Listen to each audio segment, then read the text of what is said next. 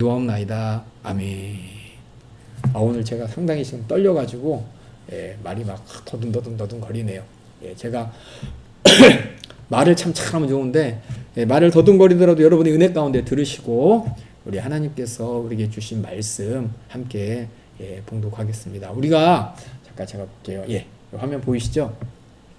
우리가 이제 지난 시간에 구약의 역사서를 배웠습니다. 역사서를 17권을 이제 묵상했는데 오늘 처음 오신 분들을 때문에 그분들과 또 우리가 지난 시간에 배웠던 내용을 다시 한번 이렇게 경험하면서 정말 구약을 한번 다시, 물론 이제 저번에 기말고사 하면서 한번 돌아봤지만 구약의 말씀을 우리가 어떻게 알고 있는지, 구약이 참 39권이고 엄청 많잖아요. 엄청 책도 많고 읽어도 무슨 뜻인지 잘 모르고, 그래서 이 구약을 이해할 수 있는 팁으로 구약의 구조와 흐름에 대해서 여러분과 함께 나누려고 오늘 이 시간 준비했습니다.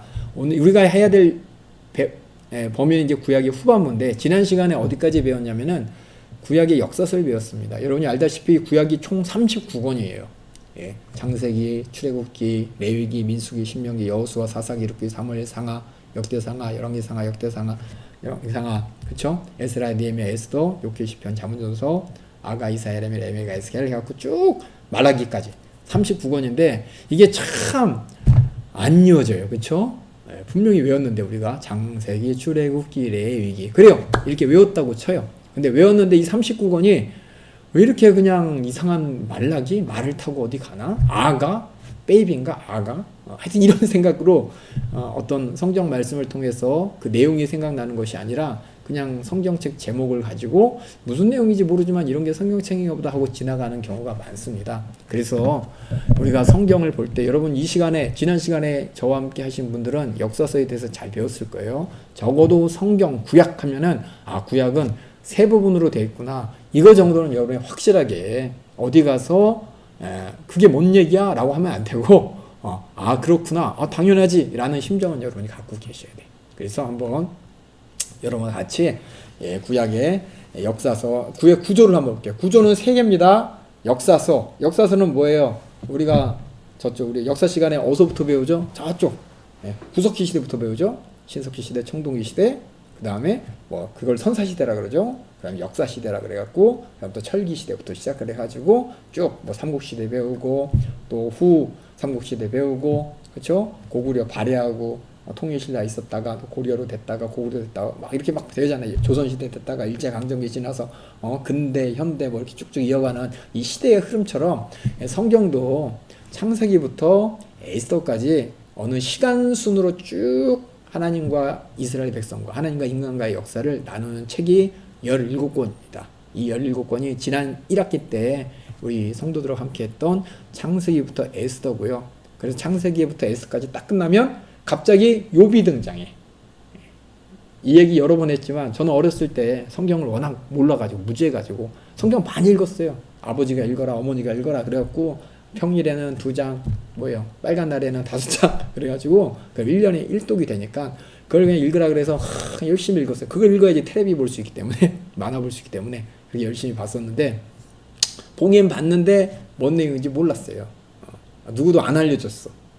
참, 이 평신도들이 성경을 여러 번 읽고, 50도 하시는 분, 20도 하시는 분, 우리가 기말에 이제, 성경 다독상 이렇게 주잖아요. 그거 보면 참 존경스러워. 정말 존경스러운데 그거 너무 아쉽게 뭐냐면 그분들이 성경의 구조를 조금만 알고 읽으면 더 잘 읽을 수 있는데 이거를 참 모르는 게 너무 안타까워가지고 여기 있는 분들은 꼭 성경을 읽으실 때 이 전체적인 구조, 산을 볼 때 멀리서 숲을 봐야 되죠. 나무만 보게 되면은 내가 어디 있는지 모르고 어디 가는지 모르잖아요. 또 그렇다고 멀리서만 보면은 실질적으로 산 안에 어떤 나무가 자라는지 어떤 길로 가야 되는지 잘 몰라요. 그래서 이게 멀리서 보고 가까이서도 볼 수 있어야 됩니다. 지금 우리가 멀리 보는 시간이에요. 지금은 구약이 39권 세 부분으로 구성되어 있는데 역사서 17권, 지혜서 5권. 이건 역사 얘기가 아닙니다. 지혜를 모아놓은 거예요. 지혜서. 그리고 선지서, 선지자의 말만 17권. 특별히 선지서는 5권의 대선지서, 12권의 소선지서로 구성돼서 17권입니다. 그래서 구약은 역사서 17권, 지혜서 5권, 선지서 17권, 합쳐서 몇 권? 39권입니다. 그래서 이거는 꼭 17, 17, 5 이것만 알아두시면 돼요. 그래서 창세기부터 에스더까지 읽을 때 여러분들이 성경 역사를 읽는 겁니다. 그리고 욥기에 딱 도착하면은 그때부터는 역사가 아니라 이야기를 읽는 거예요. 예, 시대를 초월하고 장소를 초월하는 우리 인간들과 하나님과의 관계를 읽어보고 선지서에 딱 오면은 선지자가 활동했던 당시에 선지자가 직접 내뱉는 역사가 아니에요. 선지자가 그 당시에 그 백성들을 향해서 하나님의 목소리를 전하는 그 장면만 봐야 돼요. 그래서 이사야가 전했던 거, 에레미야가 전했던 거, 또 다니엘이 전했던 거, 에스겔이 전했던 그 목소리를 들을 수 있어야 됩니다. 그리고 소선지서도 마찬가지고요. 그래서 대선지서, 소선지서. 이제 우리가 이번 학기에 지혜서와 선지서를 함께 공부할 겁니다. 지난 시간에는 시간의 흐름에 따라 하나님과 이스라엘 백성들이 어떻게 세상 말로 이렇게 왔다 어떤 관계를 맺었나 이걸 봤지만은 이번에는 다음 시간 다음부터 아마 본격적으로 욥기가 시작됩니다. 어떻게 하나님이 인간들과의 관계 가운데 인간들에게 하나님께서 자기 자신을 소개하셨나, 또 우리는 하나님을 어떻게 역사가 아니라 하나님을 직관적으로 어떻게 알아가나, 그것이 바로 지혜서입니다. 그 다음에 선지서, 수많은 시대도 배울 거예요. 다시 역사시대, 우리 열왕기상하 배웠죠. 그래서 북이스라엘이 멸망기, 남유다의 멸망기, 그리고 포로로 잡혀갔던 시대, 이 세 부분에 각각 선지자들이 하나님의 말씀을 백성들에게 전합니다. 그래서 이 선지서도 그렇게 구성되어 있어요. 그래서 이 시대를 알고 그때 어느 때 선지사가 어느 누구에게 말했나 그걸 그걸 이제 공부하게 될 겁니다. 그래서 다시 한번 제가 했던 말도 하고 했던 말도 하고 했던 말도 하죠. 왜냐하면 이게 중요해서 그래요. 구약의 수분, 역사서, 그 다음에 지혜서, 선지서로 되어 있고, 역사서 지난 1학기 때 했습니다. 어떤 내용이었는지 한번 볼까요? 하나님과 인간과의 관계입니다. 그래서 인격적인 관계라는 거예요. 대부분 하나님을 멀리서 구경을 해요. 또 이스라엘 백성들을 멀리서 구경을 해요. 근데 하나님께서는 역사서를 통해서 하나님께서 인간의 역사 가운데 어떻게 인간을 상대하시니, 다시 말해서 나를 상대하시는지, 내가 바라보고 있는 하나님이 어떤 분인지, 어떤 성품인지, 어떻게 나를 상관하시는지, 나를 다루시는지를 알게 되는 것이고, 그리고 우리는 하나님 앞에 어떻게 행동하는지, 나도 모르는 사이에 이스라엘 백성들처럼 하나님을 무시하고 불순종하고, 때로 하나님을 쫓아가려고 하고, 때로 하나님의 은혜를 받고, 그래서 이 역사서를 통해서 우리가 하나님은 어떤 분이신가, 인격적인 인간과의 관계 가운데, 그러니까 우리는 하나님이 어떤 분인가라고 할 때 하나님은 뭐 초월적인 분이고 뭐 무형성이고, 맞아요. 근데 성경에서는 그거보다 더 집중적으로 하는 게 인간과 하나님과의 관계를 설명합니다. 그리고 인간에 대해서 설명합니다. 과학 시간에 얘기한 것처럼 인간은 염색체가 46개고 뭐 손가락이 10개, 8개 이거 얘기하는 게 아니라 하나님과의 관계 가운데 인간은 어떤 모습인가, 이것을 이제 역사서를 설명합니다. 그래서 하나님과 인간, 다시 말해서 이스라엘이라는 택하는 대표, 인간의 대표죠. 인간의 대표들과의 사이의 관계를 통해서 역사를 기술하면서 하나님은 어떤 분인지, 우리 인간은 하나님 앞에 어떤 존재를 기술한 이야기가 바로 역사서입니다. 그래서 시공간이 중요해요. 이야기의 3요소가 뭔지 여러분 기억나세요? 이야기. 소설의 3요소, 인물, 사건, 배경. 맞죠? 인물, 사건, 배경.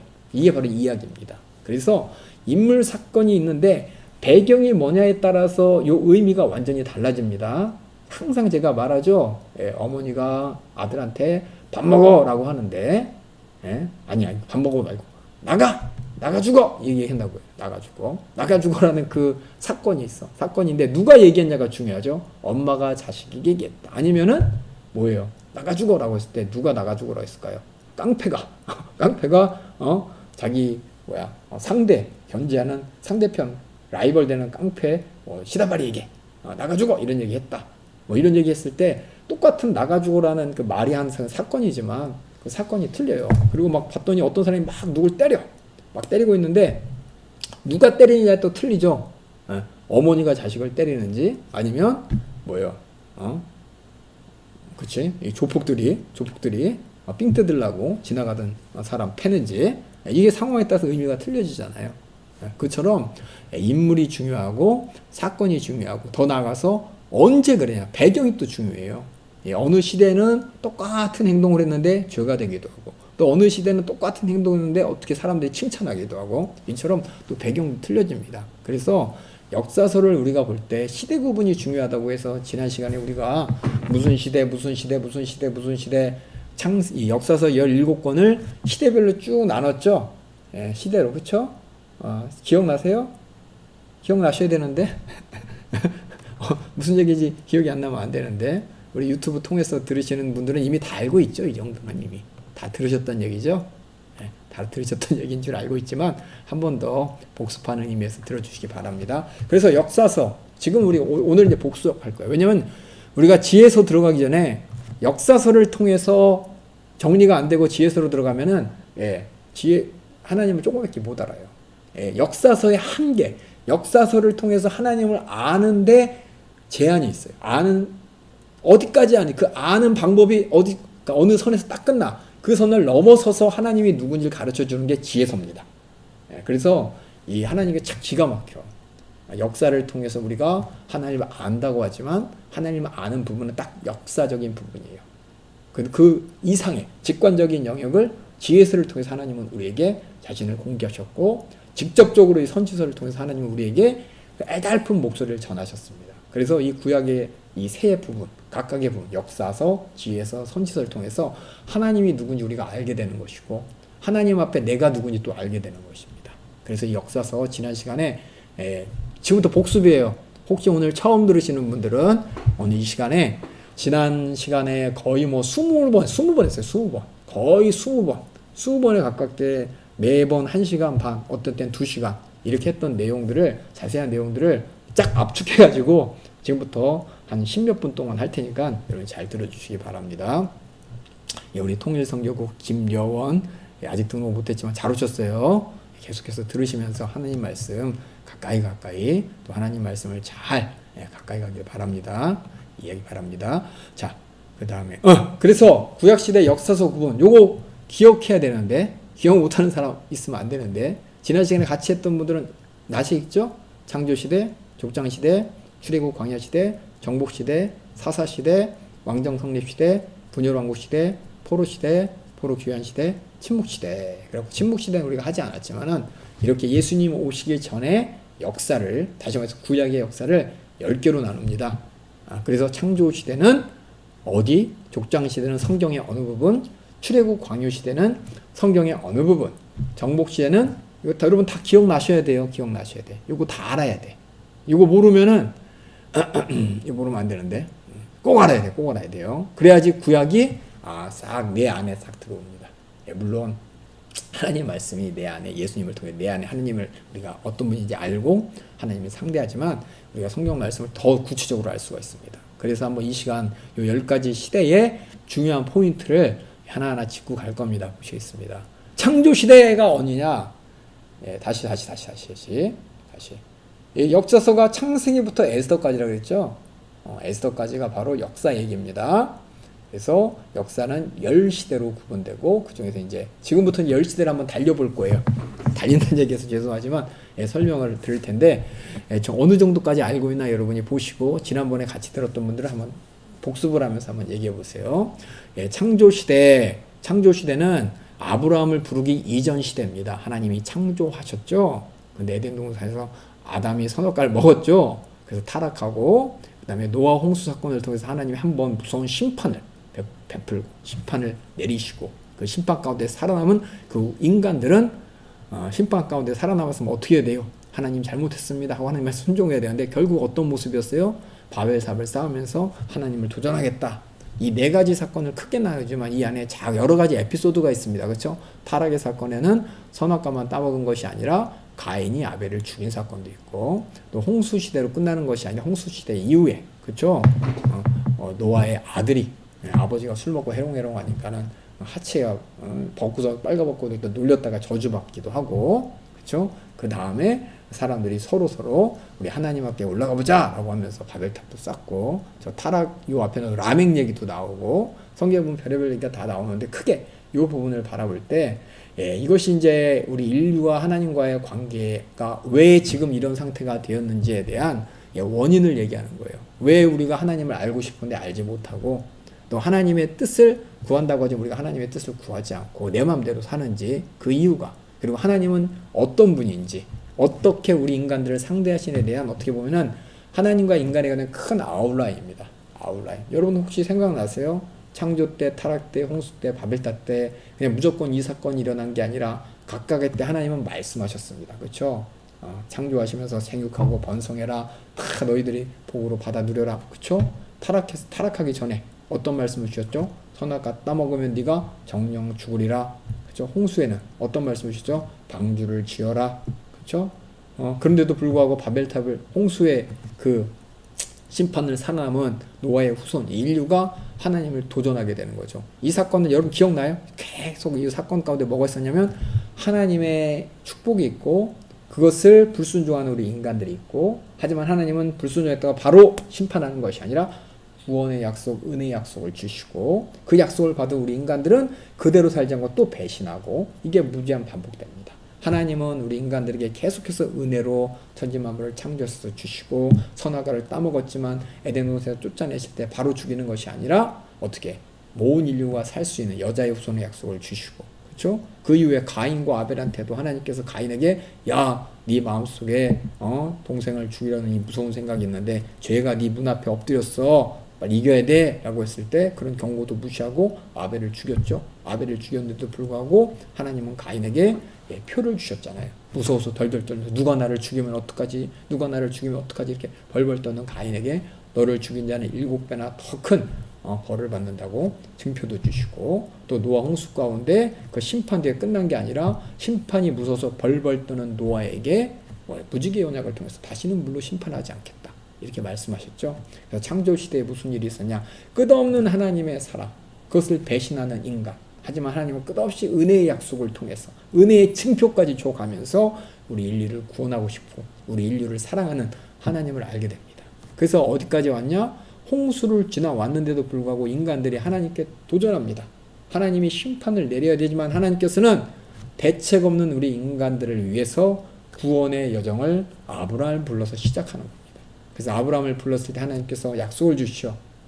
네가 복의 근원이 되는 약속, 그렇죠? 후손의 약속, 민족의 약속, 땅의 약속보다 가장 중요한 네가 복의 근원이 된다는 그 복이 뭐냐? 우리 모든 인류가 누릴 복이라는 겁니다. 그 복을 아브라함의 후손인 저 뒤에 예수님이 오셔서 그 약속을 이루어 주셨죠.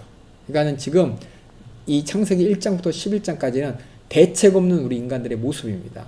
하나님의 그 사랑과 은혜를 배신하면서 항상 자연자족하고 하나님을 도전하게 만든 우리 인간들에게 하나님은 완전히 싹 바꿔버리겠다고, 너희들이 그렇게 하나님의 은혜를 무시한 너희들의 완전한 죄를 완전히 해결해 보겠다고 축복의 근원의 약속 아브라함에 주시고, 그 복의 근원이 무엇인지를 이스라엘의 역사를 통해서 쭉 펼쳐 보이시면서 더불어 이스라엘 민족과 하나님과의 관계를 계속 설명하죠. 그러면서 하나님 앞에 우리 모습이 어떤 모습인지, 그럼에도 불구하고 하나님 우리를 어떻게 은혜로 인도하시는지를 이 역사를 통해 쭉 가르쳐 줍니다. 그래서 이 창조 시대가 1장부터 11장까지가 구원의 서원입니다. 다시 말해서 이 안에 하나님과 인간과의 그림, 그 관계가 스케치가 쫙 대략적으로 되어 있고, 그 관계가 이제 아브라함의 후손 이스라엘 민족을 통해서 더 자세하게 묘사되어 있는 거예요. 그 묘사된 게 뭐예요? 인간은 하나님을 대적하고 하나님은 그래도 우리를 끝까지 사랑하시고 구원하시겠다는 약속을 계속 주시는, 약속을 주시면서 그 약속을 이루시면서 우리에게 믿음을 주십니다. 내가 믿는 것이 아니라 하나님이 우리가 믿을 수밖에 없게끔 모든 하나님의 말씀을 이루어가는 이야기가 바로 아브라함부터 시작되는 이스라엘 민족의 이야기입니다. 그래서 창조 시대에 이어서 창세기 때는 족장 시대가 이어지죠. 그래서 아브라함과 하나님이 어떻게 약속을 이루어갔는지, 또 아브라함의 후손인 이삭은 어떻게 하나님의 언약을 이어받았는지, 또 야곱은 또 어떤 사람이길래 하나님과 어떤 관계를 맺었는지, 요셉은 또 얼마나 하나님을 의지하면서 하나님의 섭리에 따라 이스라엘 민족들을 애굽으로 인도했는지, 애굽에서 민족이 됐죠. 이런 하나님의 섭리를 우리가 발견하고 그 섭리 가운데 이 모든 섭리를 주관하고 이 모든 인간과 하나님과의 관계를 주관하신 분이 하나님이시라는 것을 발견하게 됩니다. 그래서 창세기 전체적으로 우리가 50장까지 별의별 사람 얘기가 많이 나오죠. 하지만 그 얘기만 보는 것이 아니라 그 각각의 하나님이 어떤 분인지를 보세요. 아브라함을 상대했던 하나님의 성품을 발견하는 것이고, 이삭을 상대하셨던 하나님의 성품을 발견하는 것이고, 야곱을 상대하셨던 하나님이 어떤 분인지를 알게 하는 것이고, 요셉은 어땠어요? 지난번에 지난학기에 들었지만 요셉은 한 번도 귀로 하나님의 음성을 들은 적이 한 번도 없어요. 아브라함도 듣고 이삭도 듣고 야곱도 들었지만 요셉은 하나님의 음성을 들은 적도 없었어요. 하지만 하나님을 인정했고 믿음 가운데 하나님을 항상 의식했습니다. 그래서 어떻게 로마의 누구죠? 갑자기 이름 까먹었네요. 그죠? 로마 시위대장의 집에서 그 와이프가 이렇게 유혹하는데도 불구하고 하나님을 의식하기 때문에 범죄하지 않았잖아요. 그게 바로 이제 이 요셉의 모습을 보디발 감사해요. 보디발 장군의 집에서 그렇죠?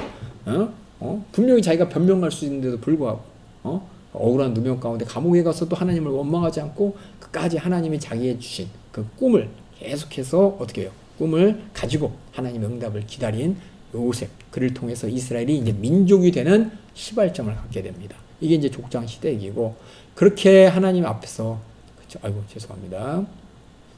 하나님 앞에서 정말 400년 동안 종살이하는 그들, 큰 섭리 가운데 하나님께서 그들을 이끄셨지만 참 불쌍해요.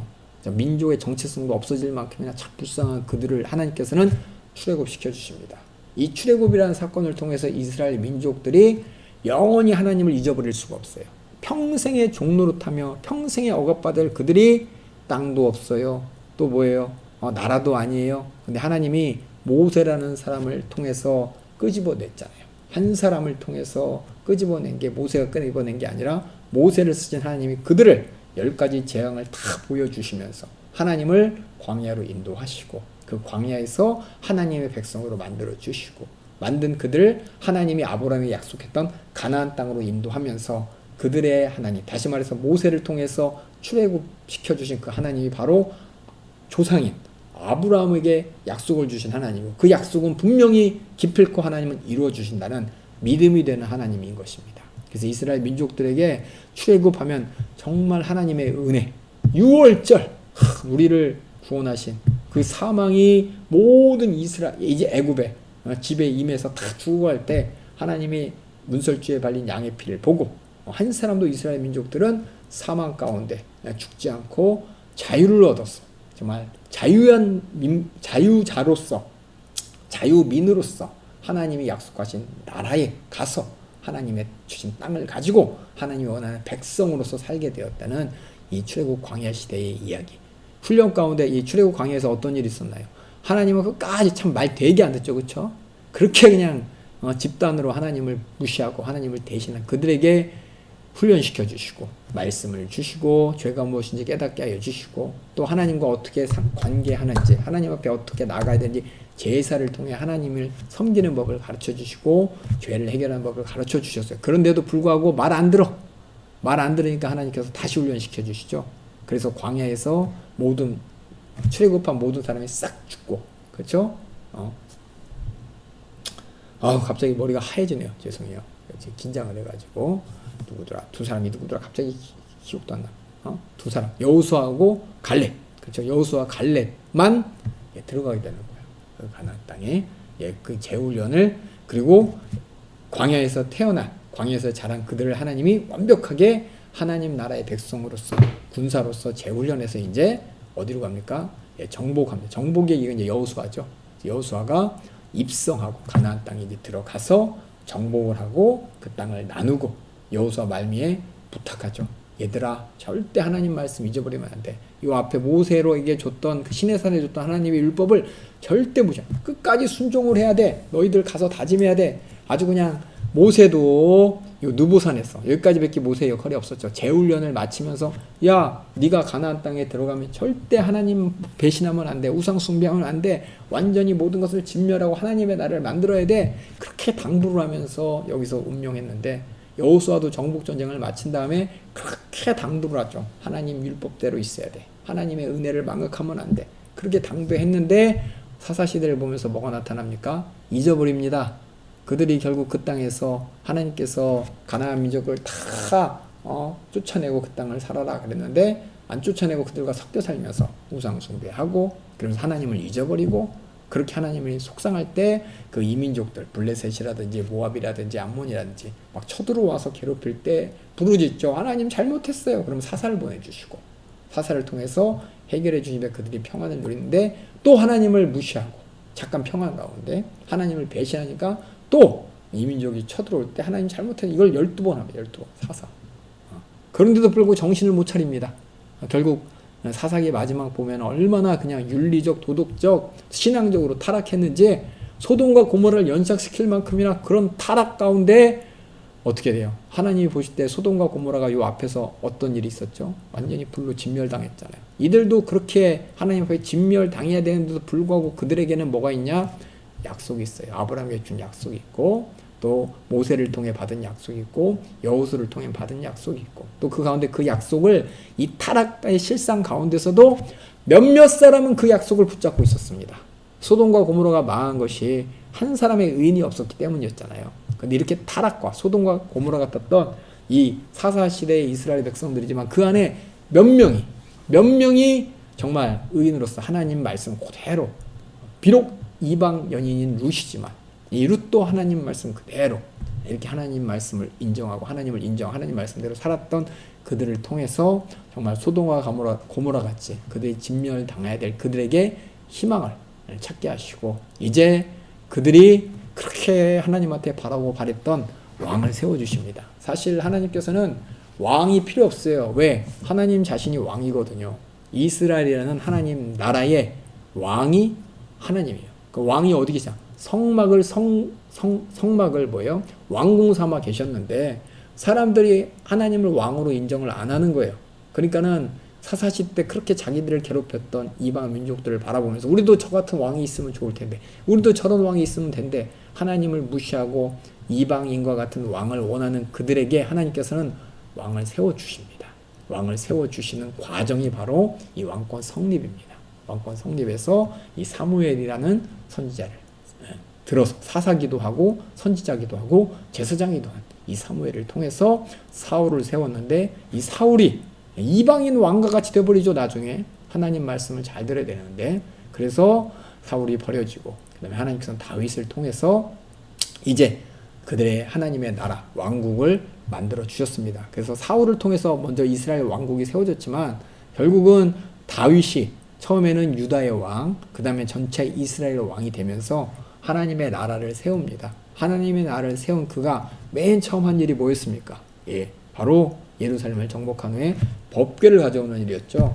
그때 하나님의 법궤, 하나님의 말씀이 들어있는 법궤가 성막에 있는 것이 아니라 그렇죠? 사울 왕과 또 이스라엘 민족들이 어떻게 그걸 이용해서 전쟁에서 이겨보려 하다가 뺏겨버렸죠.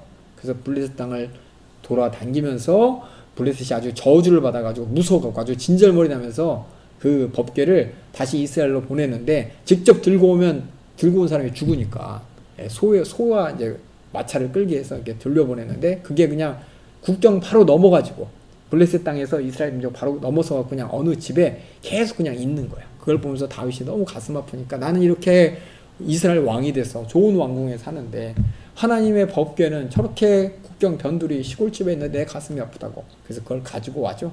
가져와서 자기 예루살렘 그쵸 거기다 이렇게 이끌면서 하나님이 기뻐하시고 다윗에게 약속을 주시죠. 어떤 약속? 후손의 약속. 네 위가 영영하리라. 네 위가 뭐냐? 다윗의 왕조가 영영하리라. 다시 말해서 하나님이 세운 이 나라가 정말 네 후손의 왕을 통해서 영원할 것이라는 약속을 딱 받게 됩니다. 그렇게 이스라엘의 왕이 된 다음에 그렇게 잘 나갔는데 실족을 합니다. 그렇죠? 얼마나 그냥 하나님 앞에 범죄했는지 우리가 대표적으로 밧세바 얘기하죠. 밧세바. 그렇죠? 밧세바 때문에 그냥 간음해가지고 금방 그냥 하나님 앞에 버려졌지만 눈물 쏟으면서 회개해서 회복하죠. 비록 다윗이라는 왕이 하나님 보시기에 최고의 왕이고 우리가 인간들이 하나님 앞에 나갈 수 있는 최선을 다했지만 우리 인간은 결국 정욕에 또 이 세상의 유혹에 벗어나지 못하고 죄를 지을 수밖에 없습니다. 하지만 회개하냐 안 하냐. 이 사울은 회개를 안 해서 그냥 전쟁터에서 비참하게 죽어버렸지만은 이 다윗은 선지자의 말을 들을 때마다 회개하며 돌이킬 수가 있었습니다. 그래서 하나님께서 다윗이 뭐예요? 하나님 이 성경 구약의 역사 중 구약에 있는 모든 인물 중에서 하나님이 나와 마음이 합했다고 최고의 칭찬을 받은 사람이었습니다. 이렇게 하나님께서는 이스라엘 민족, 이스라엘 왕, 다시 말해서 이스라엘이라는 왕국을 하나님이 세워주시면서 왕을 통해서 이스라엘 백성들과 관계하십니다. 왕만 통해서 하는 게 아니라, 근데 왕이 말을 안 듣대. 다윗은 말을 들었는데 그 뒤에 어떻게 됐어요? 솔로몬도 그렇죠? 왕정 시대입니다. 왕국이 딱 다윗이 만들고 이제 바톤을 솔로몬에게 딱 던졌죠. 솔로몬도 처음에는 하나님을 의지했지만 결국은 우상 숭배하고 수많은 그렇죠? 왕비들 또 수많은 후궁들을 그 가운데 우상 숭배해 가면서 결국 솔로몬의 우상 숭배로 말미암아 이스라엘이 두 동강이 납니다. 북쪽은 북이스라엘, 남쪽은 남유다. 무엇 때문에? 솔로몬의 우상 숭배 때문에. 하지만 이 왕들의 타락과 결국 다윗과 같은 왕 말고는 다들 그냥 왕들이 세상 왕처럼 하나님을 무시하고 우상 숭배하면서 자기 뜻대로 막 살아요. 그걸 보면서 결국은 나라의 기세가 점점점 정말 하나님을 떠나고 그랬을 때 하나님께서는 선지자를 보내시죠. 엘리야도 보내시고 엘리사도 쓰시고 그렇게 때로는 또 각성도 했어요. 그들이 정신 바짝 차렸어요. 언제?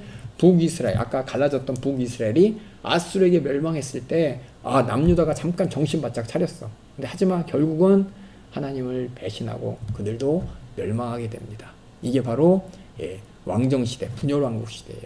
남유다, 북이스라엘이 하나님 앞에 진노로 말미암아 이민족, 북이스라엘은 아수르의 침공에 멸망, 또 남유다는 바벨론에게 멸망. 그래서 바벨론 포로로 끌려갑니다. 바벨론 포로로 끌려가는 이 이야기가 없어요. 성경에는 없어요. 이 앞에 보면 역사 얘기가 이스라엘 땅에서 이야기인데 여호수아, 사사기, 룻기, 사무엘상하 다 이스라엘 땅, 팔레스타인 지역이 배경입니다. 그리고 왕국이 멸망한 다음에 그들이 바벨론 포로로 70년 동안 살 때는 기록된 역사서가 없어요. 기록된 역사서가 없습니다. 그들이 어땠을까요? 70년 동안 무슨 생각을 했을까요? 하나님 어디 계십니까? 안 했어요. 정말 감사한 게 뭐냐면 이들이 정말 하나님 말씀을 받은 자로서 참 하나님 은혜가 섭리 가운데 뭐 했냐? 우리가 왜 멸망했냐? 우리가 왜 이 하나님의 축복의 나라에서 솔로몬으로 말미암는 그 분열과 타락, 그 이후에 남유다 왕, 북이스라엘 왕, 그들이 수많은 우상 숭배를 통해서 이렇게 하나님이 분명히 다윗에게 약속을 주셔서 이스라엘이 영원한다고 했는데 영원하다는 하나님의 약속은 어디 가고 이렇게 무너져 버렸냐? 왜 그랬을까라고 하면서 그들이 과거를 정리했습니다. 언제? 포로시대 때. 그것이 여러분이 알고 있는 열왕기상하예요. 열왕기상. 왜 멸망했을까 우리가? 그 교훈을 찾는 것이 70년 동안 그거였다니까요. 그러니까 70년 동안 그들이 예배할 수 없고 또 하나님의 말씀을 들을 수 없고 예루살렘을 떠나 있고 정말 70년이면 여러분 어때요? 나라가 사람이 아예 민족이 없어집니다. 그렇죠? 70년이면 몇 세대예요? 완전 아까 광야에 40년 동안 세대가 바뀌었는데 70년은 알아서 바뀌어요. 늙어 죽어서 바뀌어. 늙어서 죽여. 그래갖고 70년이 지났을 때 유대 사람들 중에서 이스라엘 땅에서 경험을 가진 사람이 없어요. 그런데도 불구하고 그들은 70년 동안 자기 자식들에게 우리가 왜 여기서 포로 생활하는지 알아? 우리가 왜 이렇게 힘든지 알아? 바로 우리가 하나님이 준 축복의 약속을 다 어기고 우상 숭배했기 때문이야. 너희는 절대 너희는 70년 후에 돌아가게 될 거야. 왜? 요 시대에 발견했어. 요 앞에 선지자들 있잖아요. 선지자들 중에 예언 중에 하나가 이사야 선지자가 70년이 차면 돌아온다는 성경 구절이 있었어. 이사야 선지자예요. 그래서 포로로 끌려갔지만 그들이 그 선지자의 말을 옛날에 이것도 선지자의 말을 발견하고 우리가 70년 후면 돌아가는구나. 돌아갔을 때 다시 하나님 앞에 축복받은 백성이 돼야 돼. 그러니까 우리 자녀들 교육 잘 시켜야 돼. 야, 네 자녀들 데려와. 하나님 말씀 외우게 만들어. 묵상시켜. 제사장들은 딴짓하지 말고 제사장으로서 역할을 계속해서 공부하면서 네 자식에게 계속 물려주면서 제사장만 해야 될 일을 절대 망각하면 안 돼. 그래서 70년 동안 훈련시킨 그 장소가 회당입니다. 회당. 예수님께서 회당에서 복음을 전하셨다 얘기했죠. 그 회당이 언제 생겼냐? 바로 이 포로 시대, 바벨론 포로로 끌려간 이스라엘 유대 사람들이 그들의 민족성과 그들의 하나님과의 관계를 또 하나님의 말씀을 잊어먹지 않기 위해서 70년이면 나는 죽어. 하지만 내 자식은 돌아가야 돼. 돌아가서 하나님의 그 축복된 약속을 절대 뺏기면 안 돼. 이루어야 돼. 라면서 가르쳐 준 게 바로 포로 시대인데 그 역사는 없어요. 그래서 바벨론에 뭔 일이 있었다. 이건 없는데 역사서는 없지만 열왕기 상하를 정리하면서 그래서 열왕기 상하를 정리하면 계속 뭐예요? 여로보암의 길을 따라 우상숭배했더라. 우상숭배했더라. 그래서 왕들이 다 우상숭배해가지고 그냥 이 포로로 끌려오는 이런 비참한 결과가 되었기 때문에 우리는 우상숭배가 안 돼. 오직 하나님 말씀만 듣고 하나님의 전에서 예배하면서 하나님을 왕으로 모시면서 우리는 하나님께서 다시금 다윗에게 줬던 그 약속, 어떤 약속? 네 왕위가 영원하리라. 이스라엘 다윗의 후손이 다리는 그 나라가 영원한 그 약속을 우리가 꼭 받아 누려야 돼 라고 하면서 자녀들을 교육시키고 또 만들어서 70년 전에 바벨론 포로로 끌려왔던 그 세대가 다 늙어서 죽었지만은 그 자녀들이 그 말씀을 듣고 70년 후에 이제 포로 귀환 시대 돌아오게 됩니다. 페르시아의 고레스 왕이 그렇죠? 맞나? 맞아. 페르시아의 어느 왕이지? 갑자기 까먹었네요. 난 자꾸 잊어버려. 페르시아의 그쵸? 왕이 고레스 왕이고 돌아가라! 라는 명령에 따라서 후수숙 돌아왔어. 기다렸다는 듯이 돌아왔습니다. 오히려 페르시아 왕궁이 가서 성전을 지어라! 물질로 그냥 후원해줘가지고 와서 포로 귀환 시대 뭐합니까? 이 당시에 스룹바벨을 중심으로 해서 오죠. 스룹바벨 중심으로 돌아와가지고 그들이 무너진 성전을 다시 세우고 우리 하나님 앞에서 하나님 말씀을 중심으로 우리가 다시 하나님의 나라를 이루자 우르르 모여가지고 성전을 열심히 짓는데 한 오래 걸려요. 짓다가 현실과를 타협하면서 잊어버려. 근데 하나님이 선지자를 보내서 힘을 다시 불어넣어서 성전을 완공하고 성전을 완공한 다음에 그걸로 끝이 아니라 하나님의 말씀을 다시 읽으면서 하나님의 백성으로서 어떻게 살아야 되는지 정신무장을 합니다. 그러니까 성전을 지어서 하나님을 모시고 왕으로 모시고 또 하나님의 법을 하나님의 말씀과 법을 완전히 그냥 체화시키면서 그들이 율법을 회복시키고 그 다음에 느헤미야라는 총독을 이제 페르시아에서 파견하죠. 느헤미야가 이스라엘 출신인데 유다 출신인데 와서 봤더니 성전은 있고 사람들은 있는데 아주 그냥 이방 사람들하고 섞여서 왔다 갔다 하는 걸 보면서 성벽을 지어서 완전하게 성전 중심으로의 삶을 살아야겠다라고 해서 성벽을 순식간에 져버립니다. 그리고 이스라엘 백성들에게 얘기하죠. 성전 안에서 살아. 이 성벽, 예루살렘이라는 성벽 안에 성전을 중심으로 살아야 돼 라고 해서 사람들을 그 안에 살게 만들고 그들을 회개시키죠. 성전을 짓고 율법을 재건해서 그들이 하나님 말씀 산다고 했지만 성벽이 무너지니까 이방인들하고 막 왔다 갔다 하고 안식일에 막 물건 사고 왔다 갔다 하고 이방인들이 그러니까 똑같이 하는 그것을 완전히 그냥 물리적인 장막을 만들어서 이방인과 유대인을 분리시키고 또 그들 가운데 계속해서 하나님 말씀을 통해서 결단해 너가 지금까지 지었던 죄 이방인들과 결혼하고 이방인의 자식을 두면서 이렇게 하나님의 백성으로서 이방인과 통혼하지 말라는 그 법을 어긴 너 결단해 라고 하니까 사람들이 탁 결단해 가지고 어떻게 했습니까? 자기 이방인 아내 또 이방인 아내로부터 낳은 자식들을 다 돌려보낼 만큼이나 아주 그냥 마음과 심지가 하나님 앞에 딱 결단을 했단 말이에요. 이때 이게 이제 포로 귀환 시대. 그래서 하나님의 성전을 회복하고 율법을 재건하고 성벽을 재건하고 공동체로서 하나님의 약속의 백성 선민의식으로서의 정체성을 확실히 딱 만드는 게 바로 포로 귀환 시대의 느헤미야까지 얘기입니다. 그 뒤에 여기 에스더가 하나 있어요. 에스더는 뭐냐면은 이 포로 시대에 돌아온 유대인도 있지만 돌아오지 않은 유대인들도 있었습니다. 그래서 에스더는 무슨 얘기냐면 이 포로 귀환 시대인데 돌아오지 못한 유대인들의 이야기예요.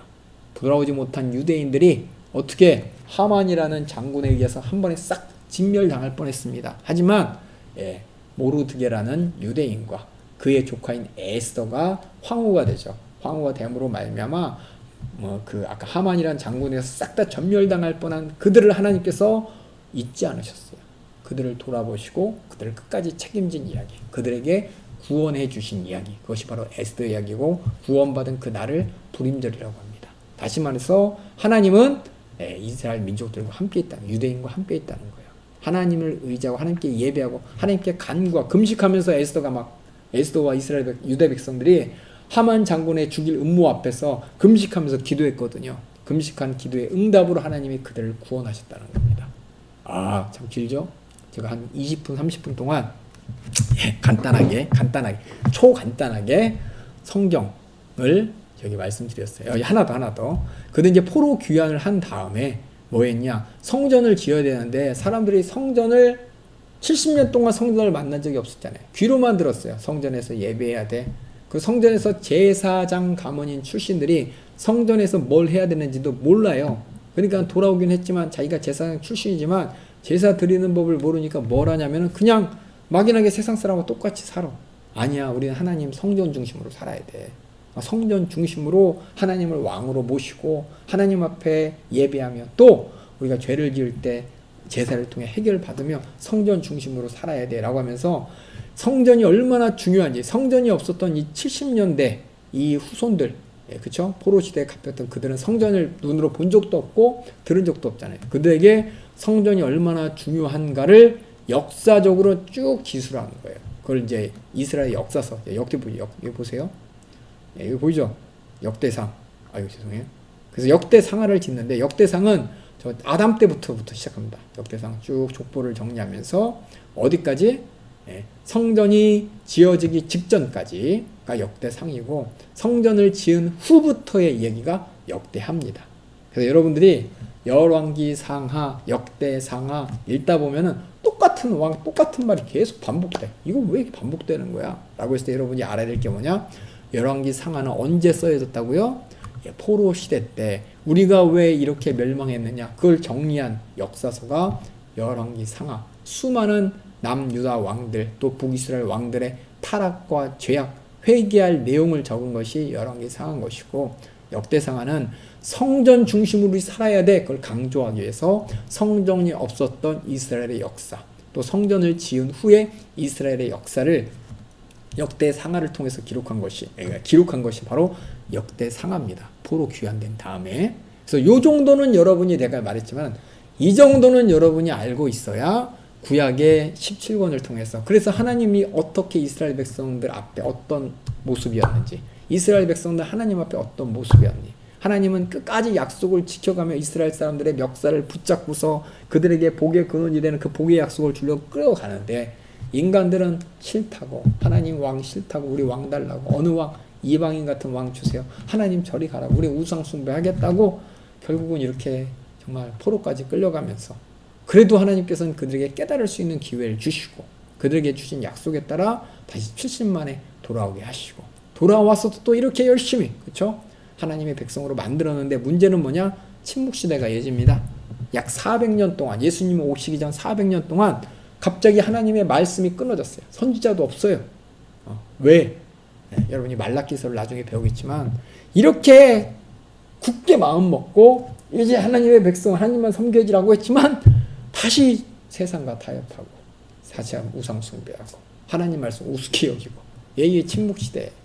그래서 하나님이 입을 탁 잠그시고, 하지만 이 와중에 하나님께서는 예수 그리스도 오실 길을 준비하셨습니다. 그래서 이 침묵시대를 우리가 성경을 통해 배우는 게 아니라 세계사 있죠. 세계사.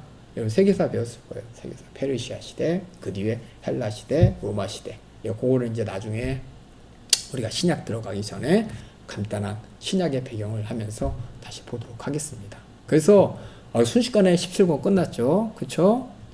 지난 학기에 20시간이나 했는데, 그렇죠? 지금 몇 분 했나요? 한 40분 했나? 네, 30분 했나요? 30분? 20분 했나? 예. 제가 쭉 얘기한 이것이 그냥 역사 얘기가 아니라, 다시 한번 강조합니다. 이 17권, 구약 역사서 17권을 통해서 하나님이 어떤 분인지가 구체적으로 나타나는 거예요. 우리가 사람과 사람이 만났을 때 한 번 만나고 그 사람 다 알아요? 좋아 보여요. 두 번 만나고 세 번 만나고 네 번 만나면 맨 처음에 좋아 보였던 그게, 저 사람 저기 약점이네. 그 처음에 어떻게 돼요? 몰랐던 걸 알아가기도 하고. 이렇게 시간이라는 게 뭐냐? 우리 시간 속에 사는 우리 인간들은 시간이라는 경험을 통해서 상대방을 의식하고 알아갑니다.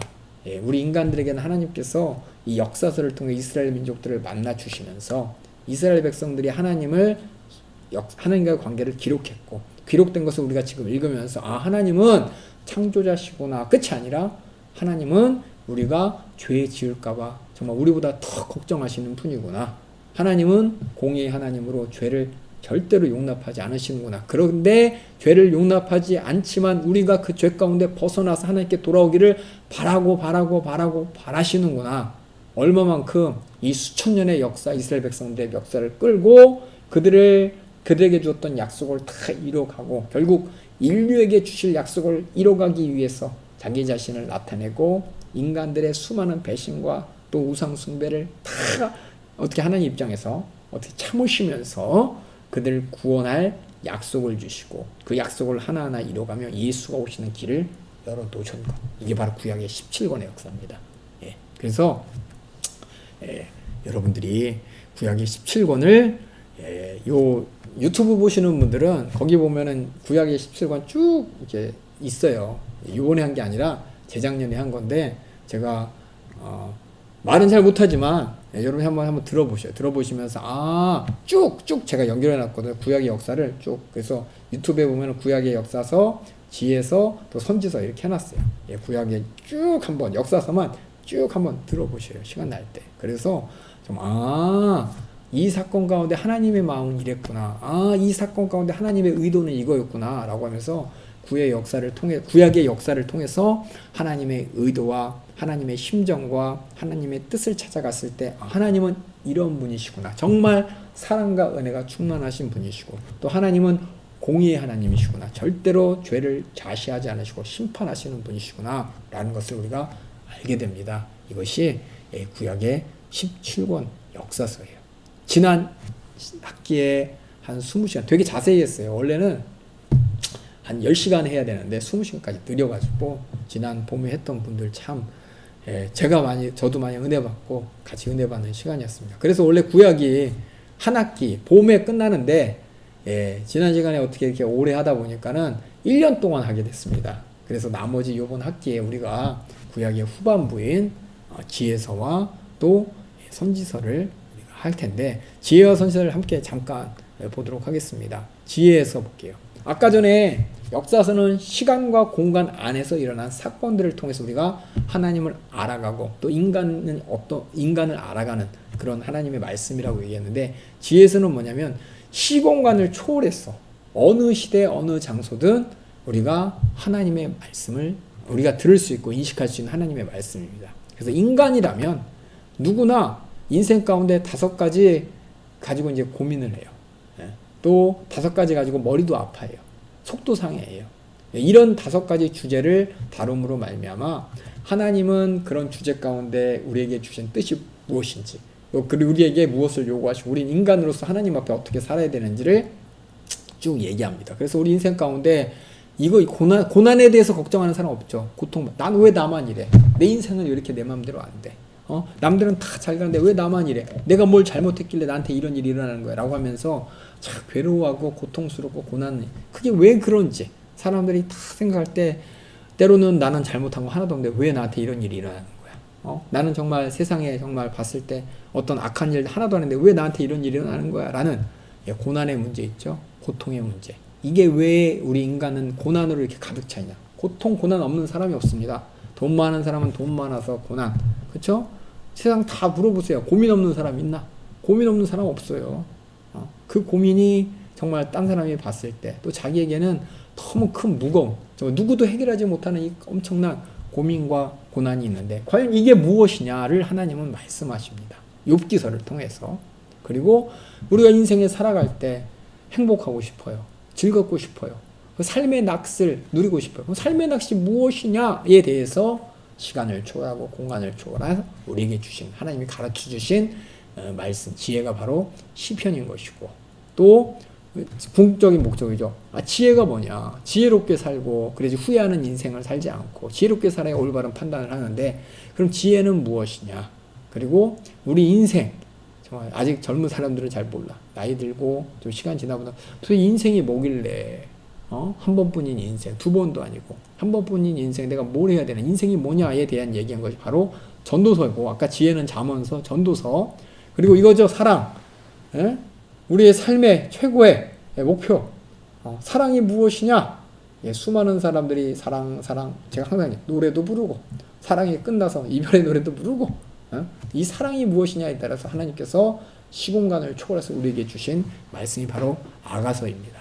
그래서 지혜에서 하면 여러분들이 앞으로 할 게 인생의 정답을 찾는 시간이에요. 고난이 무엇인지, 또 인생에서 행복이 무엇인지, 또 인생에서 바른 판단을 내릴 수 있는 지혜가 무엇인지, 그렇다면 이 인생 자체는 무엇인지, 인생을 아름답게 만드는 사랑은 무엇인지, 이것이 바로 지혜서로서 수많은 사람들이 에세이집도 많이 냈죠. 수많은 사람들 철학서도 많이 냈죠. 하나님은 우리에게 이미 말씀하셨습니다. 그래서 그 말씀을 우리가 지혜서를 통해서 들으면서 아는 시간이고, 그 뒤에는 이 선지서가 어느 얘기냐면 보여줄게요. 선지서는 이때부터 언제냐? 이때부터 지법은 왕정시대, 이때부터 포로귀환 시대까지 선지서들이 있습니다. 선지서 시대가 요 왕정시대 선지서, 포로시대 선지서, 또 포로귀환 시대 선지서. 그래서 각각의 시대마다 하나님께서는 선지자를 통해서 직접적으로 백성들에게 역사를 기술한 것이 아니라 하나님의 심정을 토로합니다. 하나님의 심정을 얘기하고 하나님의 심판에 대한 경고를 하고, 그럼에도 불구하고 구원해 주시겠다는 약속을 주시는 그 하나님의 목소리를 각각의 선지서를 통해서 이 시대에 이 시대에 하나님이 그렇게 말씀하셨구나, 이 시대의 배경이 이랬는데 이 배경 가운데 하나님은 이렇게 되기를 원하셨구나, 이렇게 백성들에게 간구하셨구나 라는 것을 우리가 알게 되고, 포로 시대에 또 하나님께서 아까 역사서는 없었지만 하나님의 목소리는 선지자를 통해서 계속해서 포로로 끌려간 이스라엘 백성들에게 계속 전해지고 있었습니다. 그래서 포로 시대에 포로로 끌려간 그 이스라엘 백성들을 향한 하나님의 진실, 심판에 대해, 또 구원에 대해, 또 하나님이 줄 약속에 대해 설명하는 것이고, 또 포로 귀환 시대에 선지자를 통해 하나님이 또 말씀하십니다. 지금 이 당면한 문제를 너희가 이렇게 해결해야 돼. 너는 그래서 이렇게 돼야 돼. 라고 하면서 이 시대. 그래서 우리가 구약의 말씀을 읽을 때 선지서가 아까 여기 두 줄로 썼죠. 두 줄로. 선지서가 몇 권이었을까요? 아까 기억나세요? 17권. 다시 앞으로 쭉. 17권의 선지서를 통해서 아까 말한 그 세 시대마다 하나님이 어떻게 말하는지 찾게 됩니다. 아까 얘기했죠? 여기 있었어. 그래서 여러분들 그래서 구약 39권의 구조는 여러분이 머릿속에 딱 갖고 있어야 됩니다. 역사서 17권. 한 20-30분 동안 얘기했죠. 지혜서, 시공간을 초월한 우리 인생 가운데 알고 싶은 우리 그 정답들, 알고 싶은 고민하는 문제 해답들을 하나님은 지혜서를 통해 주셨고, 또 각각의 시대 하나님이 직접적으로 선지자를 통해서 하나님의 애끓는 심정과 우리를 사랑하여 주신 그 약속들을 선지서를 통해서 확인하도록 하겠습니다. 한 시간에 걸쳐서 구약에 대해서 이렇게 쭉 어떻게 보면 역사서를 간단히 얘기하면서 구약 전반에 대한 어떻게 보면 상식이고 여러분들이 지식일지도 몰라요. 여러분에게 앞으로 성경을 읽을 때 제가 얘기한 것이 계속 공감될 거예요. 이것을 머릿속에 세팅을 하고 성경을 읽으면 이 성경 말씀을 주실 때가 이때였고 목적이 이거였구나 라고 하면은 더 잘 하나님께서 주신 말씀의 의도를 알고 의미를 알 수가 있습니다. 여러분들이 다 그렇게 되기를 바래요. 그러니까 저도 이제 몰랐어요. 성경 대학을 하면서 저도 깨달았고, 내가 왜 성경을 아버지가 읽으라고 어머니가 읽으라 해서 읽었고, 또 신학교에서도 그렇게 중간고사, 기말고사 봐가면서 신학교에서도 그렇게 신학 공부하면서 성경을 공부했는데 왜 내가 이렇게 성경을 몰랐나라고 봤을 때 성경을 바라보는 태도가 틀렸고, 첫 번째로 또 성경을 막연히 알았어요. 막연히. 그래서 여러분들이 두 가지만 알면 돼요. 첫 번째, 여러분의 당부가 성경은 뭐냐? 하나님의 말씀입니다 라고 하는데 그 말씀이 인격적인 말씀입니다. 인격적인 말씀을 알려면은 배경을 알아야 돼요. 하나님이 어떠한 배경 가운데 어떻게 그렇게 얘기했는지, 아브라함에게 하신 하나님께서 그 말씀을 나에게 똑같이 주진 않으세요. 네가 후손이 바다에 모래알 같고 하늘에 별과 같고 네가 복의 근원이 될 거다, 나한테 하신 말씀은 아니에요. 왜냐? 나는 아들이 없어요. 딸만 넷이에요. 그래서 그럴 일이 없어요, 아직은.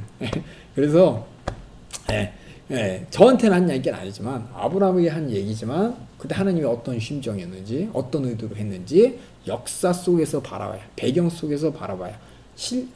출석 체크는 여기가 아니고 저 밑에 가면은, 오른쪽에 바 밑에 가면은 예, 출석 체크하는 데가 있습니다. 기관별로 거기서 하세요. 태분 형제죠? 예, 거기서 하시고 예, 다시 돌아와서 그래서 하나님의 목소리를 들을 때 예, 어느 상황에서 하나님 말씀하셨는지 하나님의 심중을 찾아가는 여러분들이요. 그래서 이 성경을 그냥 읽어도 은혜가 되지만 배경을 알면 은혜가 되죠. 우리도 담임 목사님을 통해서 항상 배경을 듣잖아요. 예, 이번 언제요? 주일 사부 때도 그렇죠? 우리가 소아시아 일곱 교회 예, 그 시대, 그 마지막 시대에 하나님께서 주셨던 그 배경을 알고 그 말씀을 읽었을 때 정말 우리에게 지금 우리가 살고 있는 우리가 그 말씀이 어떤 의미인지를 우리가 다시 잘 이해할 수 있는 것처럼 성경을 읽을 때 구조를 알고 목적을 알고 시대적 배경을 안다면 여러분들이 성경 말씀을 더 잘 이해하고 하나님이 막연하게 내뱉고 끝나는 분이 아니라 그렇게 애끓는 분이셨구나. 그렇게 인격적인 분이셨구나. 우리는 하나님을 인격적으로 무시하는 사람이 너무 많아요. 그렇죠?